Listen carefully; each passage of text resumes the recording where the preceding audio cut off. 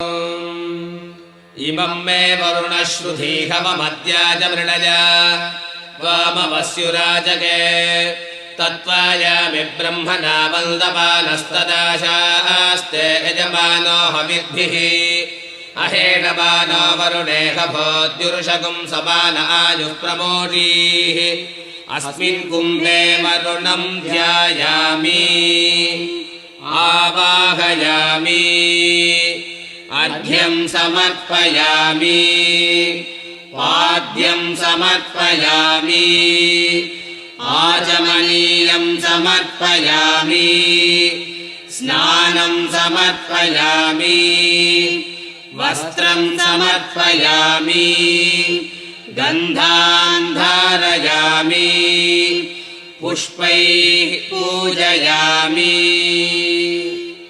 ॐ वरुणाय नमः। ॐ प्रचेतसे नमः। ॐ अपाम्पतये नमः। ॐ सुरूपिणे नमः। ॐ तीर्थराजाय नमः। ॐ मकरवाहनाय नमः। ॐ जलाधिपतये नमः। ॐ पाशहस्ताय नमः। ॐ वरुणाय नमः। नानाविध परिमळ पत्रपुष्पाणि समर्पयामि धूपमाघ्रापयामि